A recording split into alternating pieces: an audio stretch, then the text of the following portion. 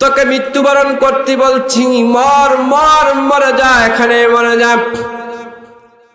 মালাকুল মাউত জান্নাত জাহান্নামের মাঝখানে একটা জায়গা আছে, জায়গাটার নাম হলো আরাফ। সেখানে মালাকুল মউত মৃত্যুর প্রস্তুতি নিবে, মৃত্যুবরণ করবে। তাফসীরের মধ্যে এসেছে মালাকুল মাউত যখন মৃত্যুবরণ করতে লাগবে, এমন বিকট একটা আওয়াজ করবে, শব্দ করবে। পৃথিবীর মধ্যে যদি এই বিকট শব্দ মানুষ শুনতে পাইতো, তাহলে প্রত্যেকটা মানুষের মগজগুলো ফেটে বাহির হয়ে শব্দ দূষণে পৃথিবীর সবগুলো মানুষ মৃত্যুবরণ করত। আল্লাহ যে ওই আল কারিয়া বলে বিকট আওয়াজ দিয়ে, মহাপ্রলয় দিয়ে মানুষগুলোকে পৃথিবীর মধ্যে মৃত্যুবরণ করিয়েছে, এটাও লাগতো না। শুধু মালাকুল মউতের এই মৃত্যুর যন্ত্রণা যদি পৃথিবীর মধ্যে এই আওয়াজ আসতো, আল্লাহু আকবার। আমার বন্ধুরা, তাহলে বোঝা গেল পৃথিবীর মধ্যে কেউ বেঁচে থাকতে পারবে না, যেহেতু আল্লাহ বললেন কুল্লু নাফসিন যায়িকাতুল মাউত।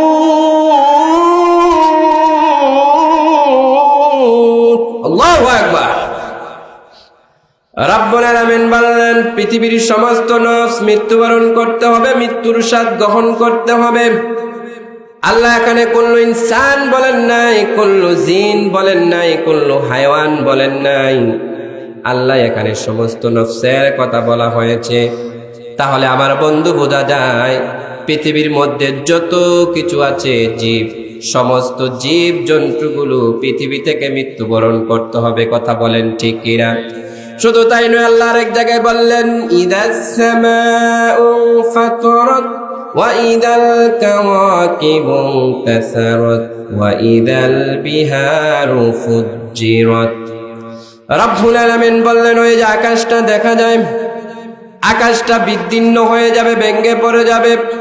ওই যে তারকারাজিগুলো দেখা যায়, তারকারাজিগুলো ঝরে পড়ে যাবে। وَإِذَا الْبِحَارُ فُجِّرَتْ, সাগরে উত্তাল শুরু হয়ে যাবে, দাউ দাউ করে আগুন জ্বলতে থাকবে। ওই ঘটনাগুলো যেদিন ঘটবে, ওই দিনটার নাম হলো কিয়ামত। ওই দিনটার নাম কি? আমার বন্ধুরা, কিয়ামতের নকশাটা আল্লাহ সূরার মধ্যে চমৎকার ভাবে উপস্থাপন করেছেন। কিয়ামতটা এত ভয়ঙ্কর হবে, আল্লাহ বললেন ইয়াউমা তারাউনাহা তাযহালু কুল্লু মুরদিআতিন আম্মা আরদাত ওয়া তাদাউ কুল্লু যাতি হামলিন হামলাহা ওয়া তারান নাসা সুকারা ওয়া মা হুম বিসুকারা ওয়ালাকিন্না আযাবাল্লাহি শাদীদ। আজকে আমরা এখানে বসে আছি, কিয়ামতের ফুৎকার যখন হবে, কেউ টয়লেটে থাকবে, কেউ ভাত খাইতে থাকবে, কেউ বাজারে চলাচল করবে। ইসরাফিল যখন ফুৎকার দেবে, মানুষগুলো লন্ডভন্ড হয়ে যাবে। এখন আমরা যে এখানে বসে আছি, এটার পিছনে একটা বিজ্ঞান আছে। পৃথিবীর মাধ্য আকর্ষণ শক্তি নিচের দিকে টানে, এজন্য আমরা এখানে বসে আছি, ঠিক কিনা? এই মাধ্য আকর্ষণ শক্তি যিনি আবিষ্কার করেছেন, ওই বিজ্ঞানীর নাম হলো নিউটন। নাম কি? তিনি ফ্রান্সের এক বাগানের মধ্যে আপেল খাইতে লাগলেন। আপেল খাওয়ার সময় তিনি দেখলেন আপেল গাছ থেকে একটা পাতা নিচের দিকে ঝরে পড়ে গেছে। তিনি এটা থেকে আবিষ্কার করলেন পৃথিবীর মাধ্য আকর্ষণ। সুবহানাল্লাহ। আমার বন্ধুরা, ইসরাফিল এক নাম্বার ফুৎকার দিলে পৃথিবী লন্ডভন্ড হয়ে যাবে, কাঁপাকাঁপি শুরু হয়ে যাবে। দুই নাম্বার ফুৎকার দিলে পৃথিবীর মধ্যে যা কিছু আছে সব কিছু মরে যাবে, ইসরাফিলও মরে যাবে।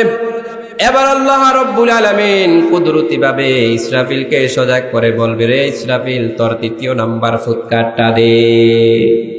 আল্লাহু আকবার। ইসরাফিল যখন 3 নাম্বার ফুৎকারটা দিবে, 3 নাম্বার ফুৎকারটা দেওয়ার সঙ্গে সঙ্গে আল্লাহ বললেন ওয়া ইদাল কুবুর বুসিরাত আলিমাত নাফসুম মা কদ্দামাত ওয়া আখারাত। রব্বুল আলামিন বললেন কবর থেকে মাটিগুলো ফেটে মানুষ দাঁড়িয়ে যাবে কিয়ামতের ময়দানের জন্য। আলিমাত নাফসুম মা কদ্দামাত ওয়া আখারাত, যেই ময়দানটা মানুষ দাঁড়িয়ে যাবে, ওই ময়দানটার মধ্যে গিয়ে দেখতে পাবে সে কি করে এসেছে এবং কি রেখে এসেছে, তার কৃতিকর্ম আমলনামা সব কিছু সেখানে গিয়ে তারা দেখতে পারবে। আল্লাহ রাব্বুল আলামিনের পরায়াত আল্লাহ বললেন, فَأَمَّا مَنْ ثَقُلَتْ مَوَازِينُهُ فَهُوَ فِي عِيشَةٍ رَاضِيَةٍ। শুরু হয়ে যাবে ওই কঠিন কিয়ামতের ময়দান, যেই ময়দানে পৃথিবীর সমস্ত মানুষগুলো দাঁড়িয়ে দাঁড়িয়ে বলবে, ইয়া নাফসি ইয়া নাফসি। বাংলা অর্থ হলো হায় হায়, আমার কি হবে, আমার কি উপায়।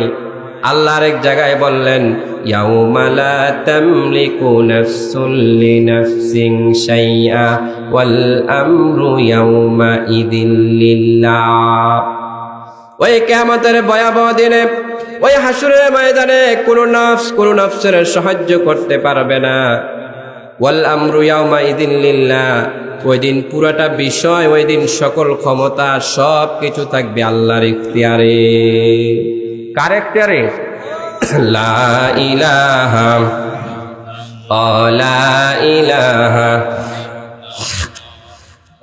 লা ইলাহা লা ইলাহা ইল্লাল্লাহু মুহাম্মাদুর রাসূলুল্লাহ সাল্লাল্লাহু আলাইহি ওয়াসাল্লাম। আমার বন্ধুরা, সেদিন কোনো নফসকে সাহায্য করতে পারবে না, সমস্ত বিষয়টা থাকবে আল্লাহর উপর। আমাদের দেশে এমন কিছু পিশা বুজুর আছে যারা আমাদেরকে ওয়াদা করায়, প্রতিজ্ঞা দেয়, কিয়ামতের ময়দানে আমাদেরকে জাহাজ দিয়া নিয়া জান্নাতে নিবে। এরকম আছে না নাই? আমি বলতে চাই হুজুর, সেখানে আপনি জাহাজ কিভাবে চড়াবেন? সেখানের ময়দানটা তো হবে তামা, ঠিক কিনা? আমার বন্ধু, সেখানের বিষয় আল্লাহ বললেন, ইয়াউমা ইয়াফিরুল মারউ মিন আখি ওয়া উম্মিহি ওয়া আবি ওয়া সাহিবাতিহি ওয়া বানি। কিয়ামতের ময়দানে মানুষ যখন বিপদে পড়বে, সর্বপ্রথম ভাইয়ের কথা মনে পড়বে। কার কথা মনে পড়বে? দুনিয়ার জমিনেও যখন কোনো ঝামেলা হয়, সঙ্গে সঙ্গে ভাই বারাদার বন্ধুর কাছে কল দেয়। এরকম যুবক ভাই আছে না নাই? যুবকরা বিভিন্নভাবে, যখন আজকে কিশোর গ্যাং নামে কিছু ক্রাইম বাংলাদেশের জমিনে বেশি আছে না নাই? কলেজ ইউনিভার্সিটির মেয়েদেরকে নিয়ে বিভিন্নভাবে এই সমস্ত অপসংস্কৃতির সাথে তারা জড়িত হয়ে প্রেম ভালোবাসা নামক বিভিন্ন জায়জামেলা যুবকদের মধ্যে আছে না নাই? 90 দশকে আপনারা যারা স্কুল কলেজ ইউনিভার্সিটিতে পড়েছেন, আপনারা যারা কোনো যুবক যদি কোনো যুবতীকে বিবাহ কিংবা প্রেমের প্রস্তাব দিবে, তাহলে হেঁটে হেঁটে তার বাড়ি পর্যন্ত যাইতো, ঠিক কিনা? এখন যদি কোনো যুবক কোনো যুবতীকে পছন্দ করে, এখন কি করে বলেন তো আপনারা?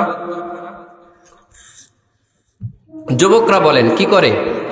কয় তার ফেসবুক আইডিটা আসেনি, কথা বলেন ঠিক কিনা? কয় ইমো নাম্বার আছে, হোয়াটসঅ্যাপ নাম্বার আছে, কয় টুইটার ইনস্টাগ্রামের অ্যাকাউন্টগুলো আছে, এগুলোর মাধ্যমে চ্যাটিং করে। এরকম আছে না নাই?